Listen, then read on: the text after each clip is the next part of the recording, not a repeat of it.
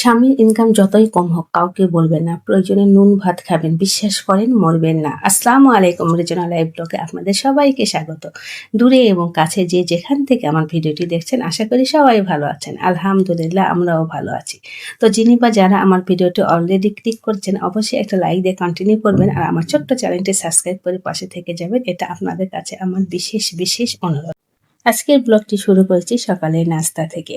আসলে আমি যা বলছিলাম, স্বামীর ইনকাম যতই কম হোক বিশ্বাস করে কাউকে বলবেন না। যাকে বলবেন দুদিন পর তারাই কিন্তু আপনাকে নিয়ে হাসাহাসি করবেন। আর এতে করে কিন্তু শুধু আপনার স্বামীর মান সম্মান নয়, আপনার নিজের আত্মমর্যাদাও কমে যাবে। তাই আমি মনে করি যখন যেমনই থাকেন না কেন নিজের পরিস্থিতির সঙ্গে নিজেকেই মোকাবেলা করতে হয়। আর সেই জন্য কিন্তু অন্য কাউকে শেয়ার করলে সেই কষ্টটা কিন্তু আরো বেশি বেড়ে যায়।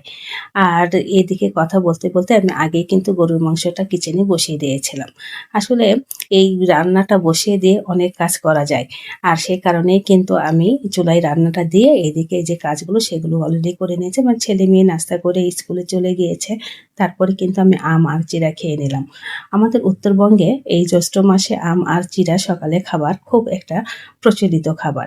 মানে সবাই আমরা ভীষণ পছন্দ করি সকালে উঠে চিড়া দিয়ে, আম দিয়ে, দই দিয়ে, দুধ দিয়ে খেতে ভীষণ ভালো লাগে। আর গরমে কিন্তু অনেক বেশি পুষ্টিকরও। তারপরে এই তো জামরুল আম পাঠিয়েছে, জামরুলগুলো মার্শাল্লাহ আরো অনেক বড় হতো। কিন্তু যেহেতু বাচ্চারা রাখে না সে কারণে কিন্তু বেশ কিছু মানে গাছ থেকে পেড়ে তারপরে আমার জন্য পাঠিয়ে দিয়েছে।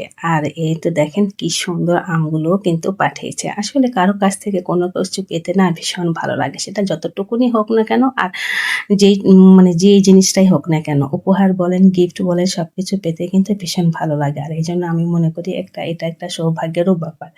মার্শাল্লাহ এই পাওয়াগুলো আমার কাছে অনেক বেশি আনন্দের বিষয়। আর এদিকে কিছু কাঁচা আম ঝুরি করে নিয়েছিলাম।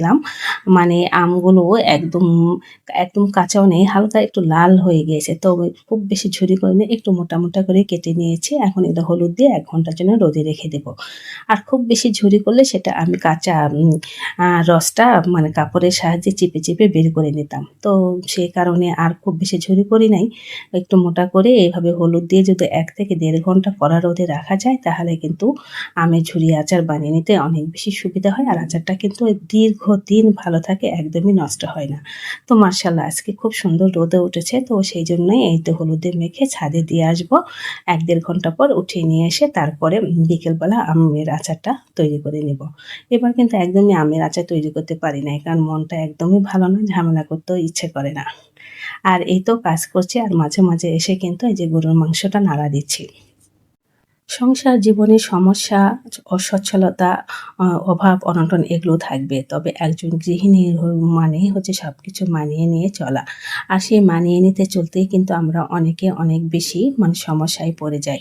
এটা কিন্তু কখনোই করা যাবে না। যতটুকুন আছে ঠিক ততটুকুন দিয়েই কিন্তু আমাদেরকে সুন্দরভাবে সময়গুলোকে মোকাবেলা করতে হবে। আর এটাই কিন্তু একজন সুগৃহিণীর পরিচয় আমি মনে করি।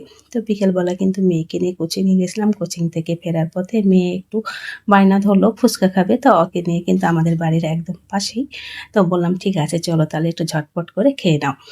আসলে ছোট বায়নাগুলো না পূরণ করতে হয়। এতে করে কিন্তু বাচ্চাদের মন মানসিকতা অনেক বেশি ভালো থাকে।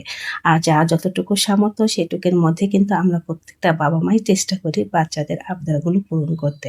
কিন্তু কখনো সেটা যেন বিলাসিতায় পরিণত না হয় সেটাও কিন্তু খেয়াল করতে হবে। তো এখন কিন্তু একদম রাত্রিবেলা। তো তাহার খুব পছন্দের একটি ভর্তা, বেগুন টমেটো ভেজে নিয়ে এইভাবে ভর্তা সে ভীষণ পছন্দ করে। আর শুধু উনিই নয় আমাদের পরিবারের সবাই পছন্দ করে। তো সে কারণে কিন্তু ভাবলাম ঠিক আছে শুধু যেহেতু মাংসই রান্না করেছি তার সাথে একটু ভর্তা হলে কিন্তু খেতে ভীষণ ভালো লাগে। আর সেই কারণে কিন্তু এই তো ভেজে নিয়ে আর কাঁচামরিচ, শুকনো মরিচ, বেশি করে পেঁয়াজ কুচি এগুলো দিয়ে ধনিয়া পাতা দিয়ে চটকে ভর্তা করলে এই বেগুন টমেটোর ভর্তা কিন্তু মার্শাল্লাহ দুর্দান্ত লাগে। আসলে আমরা গৃহিণীরা সবসময় চেষ্টা করি খুব সীমিত আয়ের মধ্যে সুন্দর করে সংসারটাকে সাজিয়ে গুছিয়ে মানিয়ে চলতে। আর এটাই কিন্তু আমাদের নিম্ন মধ্যবিত্ত পরিবারের একটা প্রধান উৎস। দিন শেষে অভিযোগ নয়, ভালোবেসে সময়টাকে সুন্দরভাবে উপভোগ করুন, তাহলে দেখবেন স্বামীর অল্প ইনকামে আপনি অনেক বেশি ভালো থাকছেন, অনেক সুখে থাকছেন। বরং আপনাকে দেখে আপনার অন্যরা আপনার মতো হতে চাইবে যে এত কম আ ইনকামেও কি সুন্দর করে আপনি কত সুন্দর করে সাজিয়ে গুছিয়ে সংসার চালাচ্ছেন। আসলে আমাদেরকে সবাই কিন্তু বাহির থেকে দেখে, ভেতরটা কেউ দেখে না। আর সেজন্যই কিন্তু আমাদেরকে খুব সুন্দর করে পরিপাটি করে গুছিয়ে রাখতে পারলেও দেখবেন আপনাকে কিন্তু সবাই মডেল হিসাবে ফলো করছে। স্বামী নামের বটবৃক্ষ যে মাথার উপরে থাকে, এর চাইতে বড় পাও আর কি হতে পারে? জীবনে তো সমস্যা আসবেই, কিন্তু এই সমস্যাকে মানিয়ে নিয়ে সামনে এগিয়ে চলতে পারাটা কিন্তু জীবনের একটা বড় চ্যালেঞ্জিং। আসলে আমরা সবকিছুতেই শুধু হতাশ আর চাই করি। কিন্তু সেই যতটুকু আছে ঠিক ততটুকুর মধ্যেই কিন্তু আপনি মানিয়ে খুব সুন্দর করে আপনার জীবনটাকে উপভোগ করতে পারেন। এই ছোট্ট জীবনে এত বেশি আকাঙ্ক্ষা না করে যতটুকু সময় আছে তাকে সুন্দর করে উপভোগ করতে পারাটাই আমাদের জীবনে কিন্তু অনেক বড় একটা পাওয়া।